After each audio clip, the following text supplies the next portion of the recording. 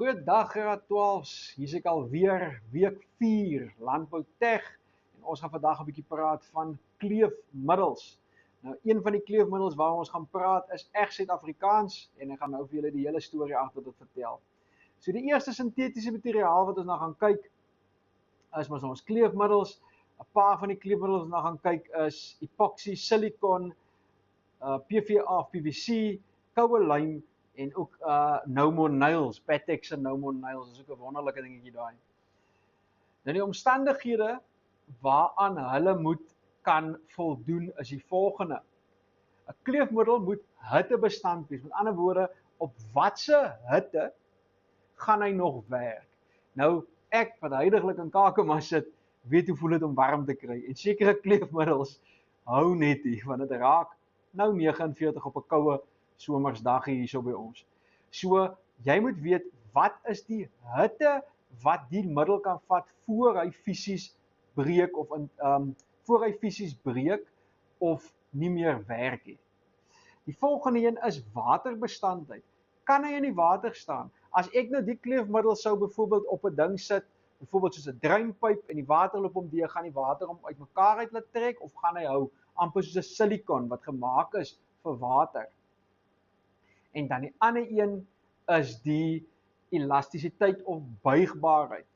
'n Ding so superglue byvoorbeeld is nie eintlik buigbaar nie. Wanneer jy iets aan mekaar superglue, bly dit hard en vas.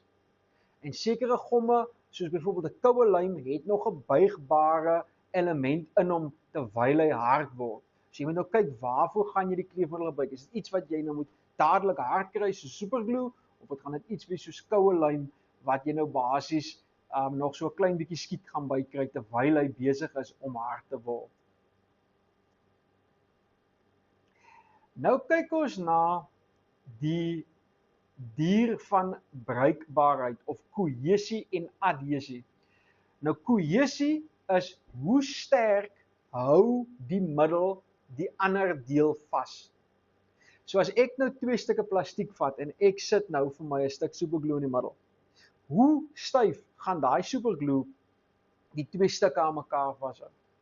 En adhesie is hoe die molekules se vermoë daar is om vas te klou aan die ding waarop jy dit sit. Byvoorbeeld, as ek koue lym gaan vat, gaan ek nie juis yster met dit aan mekaar kan vassit nie, want dit is nie gemaak vir dit nie. Of as ek nou superglue vat en ek sit dit op 'n ding waar ek eintlik No More Nails gaan nodig hê. Dit hang af waarop ek die kleefmiddel gaan gebruik. So adhesie en kohesie.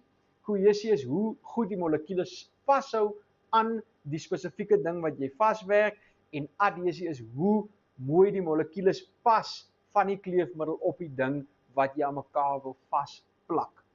Dit help ook nou nie ons probeer die verkeerde kleefmiddel gebruik vir die verkeerde implementie, dis waar daar probleme gaan inkom. Veral as dit kom by plumbing, veral as dit ook 'n dreinpyp is, dan gaan daar 'n foutjie kom.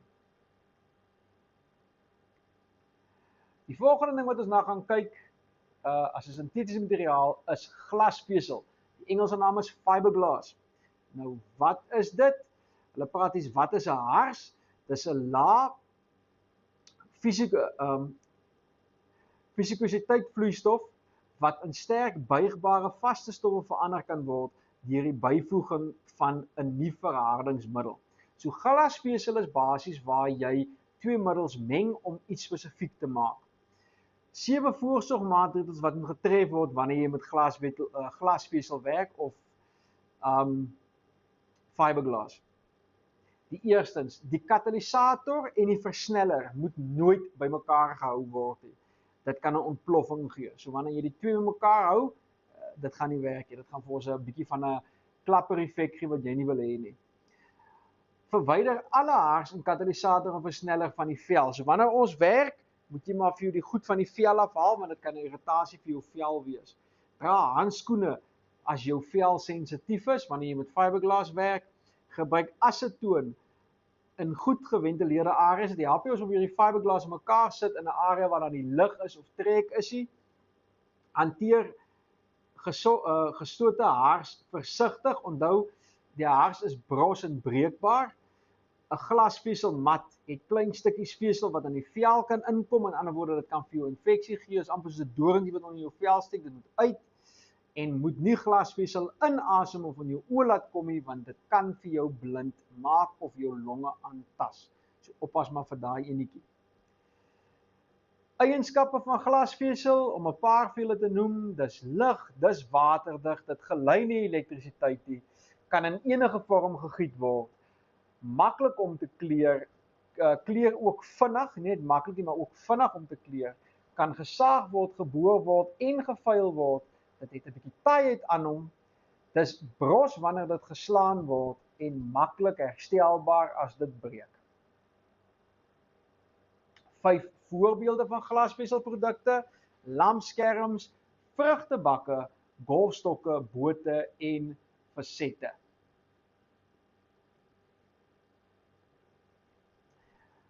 Nou kom ons by 'n reg Suid-Afrikaanse produk.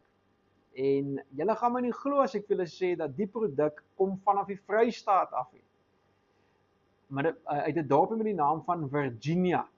So die mense wat in die Vrystaat die video kyk, geluk, as jy in Virginia is, nog beter, julle is die trotse inventors van Vasconite.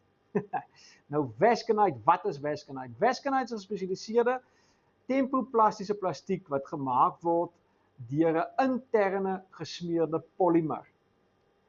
Eienskappe van Vasconite. Vasconite is 'n uitsonderlike laag materiaal met 'n baie lang lewe en 'n lae slytasie. So jy maak 'n bering van hom, 'n laar, ander woord vir hom is bering. So hy's 'n goeie materiaal om 'n bering van te maak.